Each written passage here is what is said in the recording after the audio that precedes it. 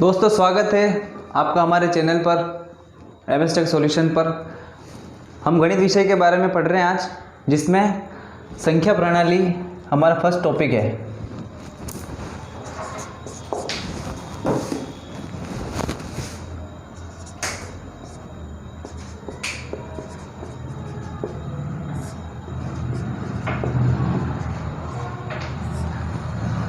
संख्या प्रणाली यानी कि गणित का सबसे बेसिक, जिसके अंदर हम सीखेंगे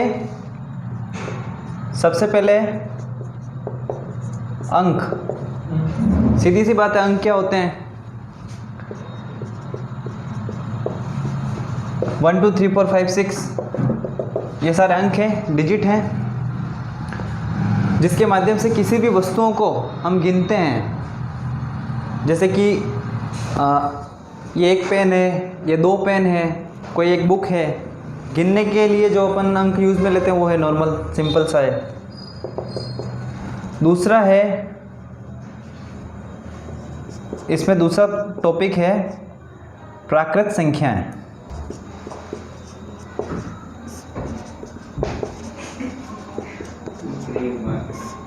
प्राकृत संख्याओं को इंग्लिश में बोलते हैं नेचुरल नंबर। प्राकृत संख्याएं क्या होती है? प्राकृत संख्याओं को डिनोट करते हैं हम n से। n इज इक्वल्स टू कोष्टक 1 2 3 4 5 6 से अनंत तक, इनफाइनाइट तक। ये प्राकृत संख्या का समुच्चय है। ठीक है। और तीसरा है प्राकृत संख्याएं दो प्रकार की होती है, सम प्राकृत संख्या और विषम प्राकृत संख्या।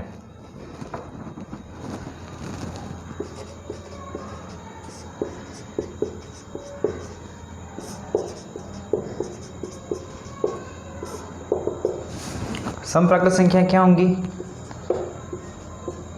2 4 6 8 10 से अनंत सम प्राकृत संख्याएं।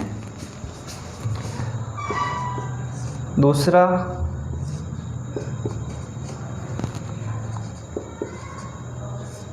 विषम प्राकृत संख्याएं। ओके। विषम प्राकृत संख्या होती है 1 3 5 7 9 11 से अनंत विषम प्राकृत संख्याएं। फिर हमारा पहला, दूसरा, तीसरा पॉइंट आता है अभाज्य संख्याएं या रूढ़ संख्याएं। अभाज्य संख्याएं क्या होती है कि जिन संख्याओं में स्वयं का भाग जाए तथा एक का भाग जाए, वो होती है अभाज्य संख्याएं या रूट संख्याएं। इनको प्राइम नंबर भी बोलते हैं अपन। जैसे कि 2 3 5 7 11 13 17 और 19 अनंत अभाज्य संख्याएं।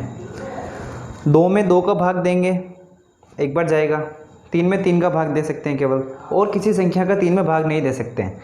5 में भी और किसी संख्या का भाग नहीं दे सकते हैं। 7 में भी दे सकते हैं। मतलब या तो खुद का जाएगा या फिर एक का जाएगा। वो होती है अभाज्य संख्याएं या रूढ़ संख्याएं। या तो खुद से जा रहा हो या फिर एक से जा रहे हो, या एक से जा रहा हो। हमारा चौथा पॉइंट है पूर्ण संख्याएं। जैसे पहले अपन ने पढ़ा था अंक, उसके बाद पढ़ी थी प्राकृत संख्याएं। प्राकृत संख्या के बाद आई पूर्ण संख्याएं। पूर्ण संख्याएं क्या होती है? अच्छा, प्राकृत संख्याएं क्या होती है अपन ने पढ़ी? 1 2 3 4 5 6 टू अनंत, इनफाइनाइट, उसमें केवल 0 ऐड कर दो, ठीक है। 0 ऐड करते ये पूर्ण संख्या का समुच्चय बन गया, ठीक है। सेम एज फिफ्थ पॉइंट है अपना पूर्णांक संख्याएं। प्राकृत संख्याएं क्या थी? 1 2 3 4 5 6 टू अनंत, उसमें 0 ऐड कर दिया था तो क्या हो गया था? पूर्ण संख्याएं। ये प्राकृत, ये पूर्ण। अब इसी समुच्चय, इसी को अपन माइनस में जब बात करते हैं तो ये हो जाती है पूर्णांक संख्याएं, ठीक है। ठीक है। तो ये संख्या रेखा पर अपन बता सकते हैं ऐसे कि ये 0 बीच में है, 0 से इस साइड वाली संख्या है पूर्णांक संख्या है, ये प्राकृत संख्या है और ये पूर्ण संख्या, ये पूर्ण संख्या पूरी। ओके, रेखा द्वारा समझा जा सकता है। हाँ, संख्या रेखा द्वारा इसको अपन समझा सकते हैं।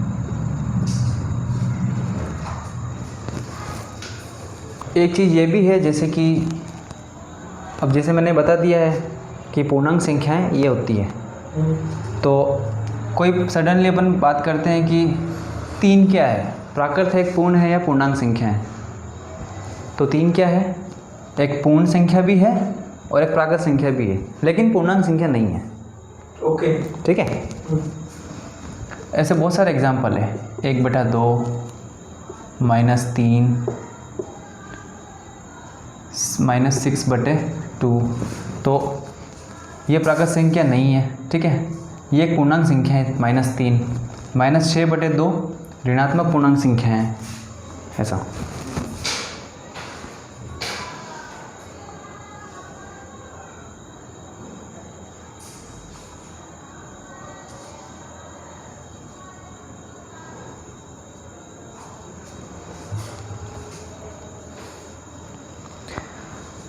चलो, इसी पे आधारित अपन कुछ क्वेश्चनों को हल करते हैं, जिससे आपको और अच्छे से समझ में आ जाएगा कि प्राकृत, पूर्ण और पूर्णांक संख्याएं क्या होती है। पहला क्वेश्चन, 11 से 20 तक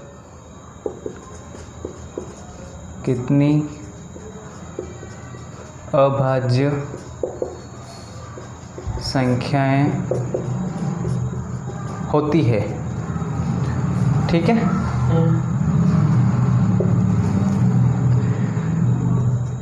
ए, बी, सी और डी,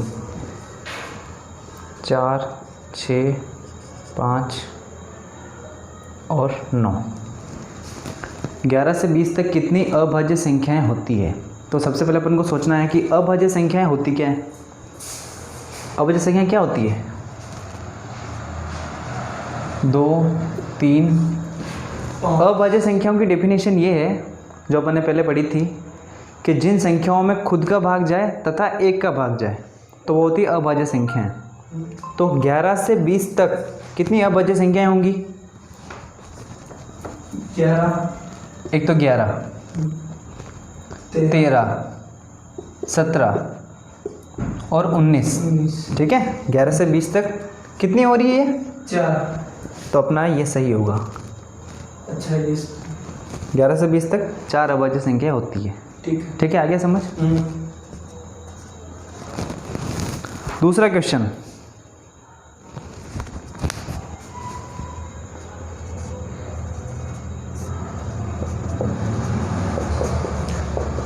निम्न में से कौन सी अभाज्य संख्या है?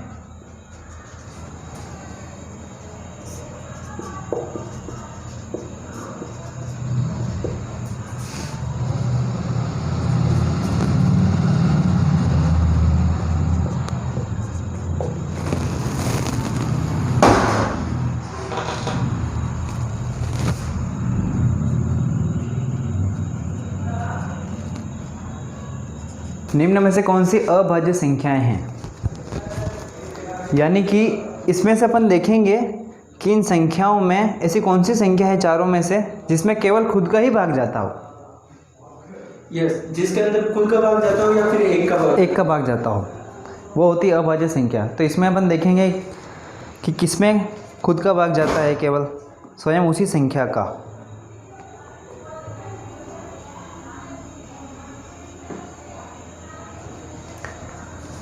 इक्यासी में भी भाग जाता है दूसरी संख्या का, 85 में जाता है, 87 में भी जाता है, 83 में जाता है क्या? 83 में नहीं जाता है। नामना में 9 का 3 का चला जाता है, 3 का चला जाता है, तो 87 भी किसी न किसी टेबल में आता ही आता है। ये सारे किसी न किसी टेबल में आते हैं, ठीक है। 83 में केवल 83 का ही जाएगा एक बार, तो ये एक अभाज्य संख्या होगी, ठीक है। इसमें सी आंसर सही है। 81 के अंदर 9 का भाग जा रहा है 9 बार। 85 के अंदर 5 का भाग जा रहा है। 87 के अंदर 29 का भाग जा रहा है 3 बार। 83 के अंदर किसी का भाग नहीं जा रहा है 83 के अलावा। तो ये हुई एक अभाज्य संख्या। आया समझ में? जी। Next question.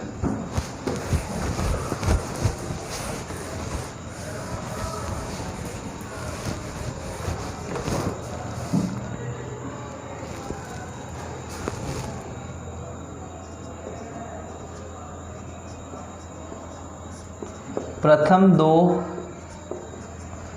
अभाज्य संख्याओं का योग बताइए। ऑप्शन है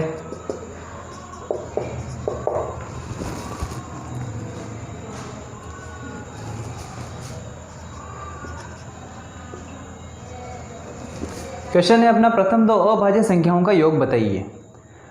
तो अपने दिमाग में फटाक से क्लिक होना चाहिए कि प्रथम दो अभाज्य संख्याएं क्या होती है। स्टार्टिंग कहाँ से होती है अभाज्य संख्याओं की? 2, 3, 5, 7, 9 नहीं आता है, 11। 9 का 3 से चला जाता ठीक है। अभाज्य संख्या स्टार्टिंग कहाँ से होती है? 2, 3, 5, 7, 11, 13, 17, 19। ठीक है। तो प्रथम दो अभाज्य संख्याएं कौन सी होंगी? 2 और 3। तो इनका योग क्या होगा? 5 होगा। बी सही है। ओके, इसको इस टाइप से करना है। ठीक है, आया समझ में? क्योंकि क्वेश्चन क्या लिखा हुआ है कि प्रथम दो अभाज्य संख्याओं का योग। प्रथम दो अभाज्य संख्या ये हो गई 2 और 3, और इनका योग हो गया 5। अगर प्रथम 3 अभाज्य संख्याओं का योग पूछते तो कितना होता? 10। Very good. चलो नेक्स्ट क्वेश्चन की ओर बढ़ते हैं अपन।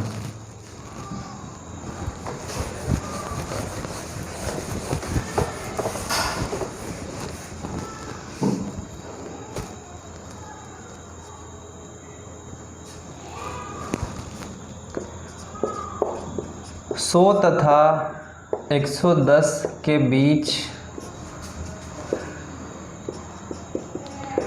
आने वाली अभाज्य संख्याएं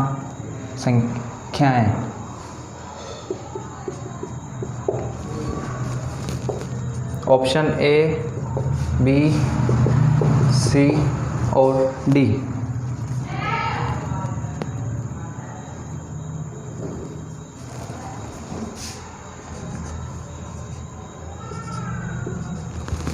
यानी कि 100 तथा 110 के बीच आने वाली अभाज्य संख्याएं कितनी हैं? अभाज्य संख्याओं की संख्या बताइए।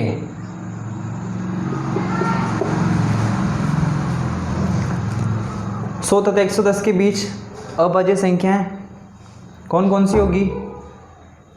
अभाज्य संख्याओं की डेफिनेशन क्या है?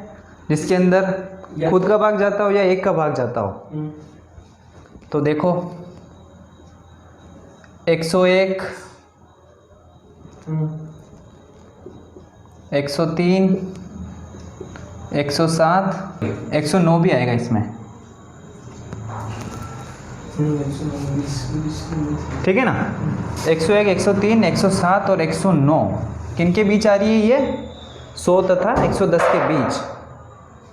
ये वो अभाज्य संख्याएं हैं जिनमें या तो स्वयं का भाग जाता है, खुद का ही भाग जाता है इनमें। तो कितनी संख्याएं होंगी ये? 4। तो 4 के हिसाब से अपना answer D. Option D right होगा। ठीक है।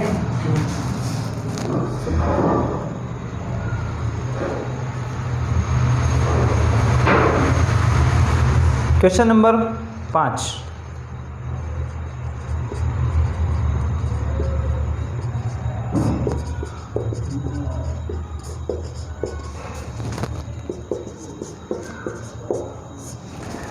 एक अभाज्य संख्या के कितने गुणनखंड होते हैं?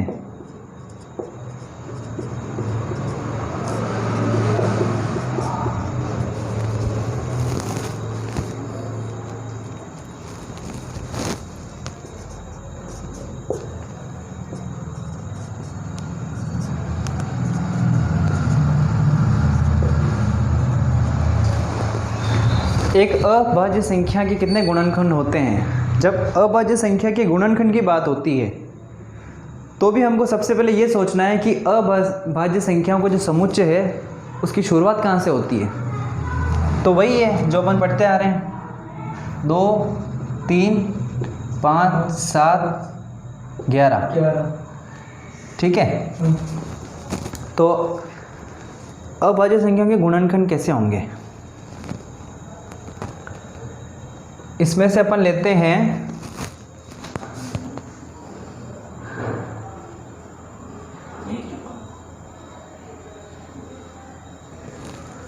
अच्छा, ये बात तो बताइए अपन को कि अभाज्य संख्या में या तो स्वयं का भाग जाता है या एक का जाता है। ठीक है। तो उसके गुणनखंड के साथ हमेशा गुणनखंड यानी समझ गए ना, जैसे कि 3 × 3, 5 × 2, ये किसी भी के गुणनखंड होते हैं। तो अब यहाँ पे बात हो रही अभाज्य संख्या के गुणनखंड की बात। तो ये अभाज्य संख्याएं हैं 2 × 1। तो 2 × 1 यानी कि 2। तो इसके गुणनखंड कितने हुए? 2 हुए ना। ये तो इसका आंसर है 2। अगर अभाज्य संख्या 3 है और उसको अपन 1 के साथ गुणा करते हैं तो 3 आता है, लेकिन गुणनखंड तो 2 हुए उसके, एक तो 3 और एक 1, यानी किसी भी एक अभाज्य संख्या का गुणनखंड होते हैं 2। तो आंसर होगा सी सही अपना।